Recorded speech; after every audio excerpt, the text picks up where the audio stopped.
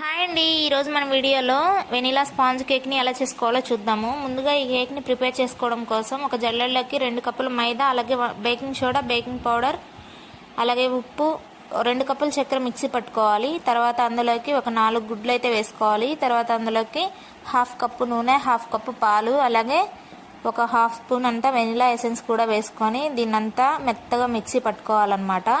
ఇక్కడ నేను వీడియోలో చూపిస్తున్న కన్సిస్టెన్సీ ఉంచేంత వరకు మిక్సీ పట్టుకుంటే మనకి సరిపోతుంది. ఇప్పుడు ఇందాక మనం జల్లించుకున్న డ్రై ఇంగ్రీడియంట్స్లో ఇది వేసుకొని మొత్తం వన్ డైరెక్షన్లో విస్కర్తో కలుపుకోవాలన్నమాట. ఈ విధంగా రిబ్బన్ కన్సిస్టెన్సీ వచ్చేంత వరకు కలుపుకున్న తర్వాత 10 మినిట్స్ ప్రీహీట్ చేసి పెట్టుకొని కుక్కర్ని స్టవ్ పైన పెట్టుకోవాలి. ఇప్పుడు డస్టింగ్ చేసుకున్న ప్యాన్లోకి మనం రెడీ చేసుకున్న బ్యాటర్ అంతా వేసుకొని ప్రెషర్ కుక్కర్లో పెట్టుకొని విజిల్ లేకుండా 15 మినిట్స్ మీడియం ఫ్లేమ్ మీద, 40 మినిట్స్ లో ఫ్లేమ్ మీద బేక్ చేసుకుంటే కరెక్ట్గా బేక్ అయిపోతుంది. దీని ఫుల్ వీడియో నేను మన ఛానల్లో అప్లోడ్ చేశాను, చెక్ చేయండి. Bye bye.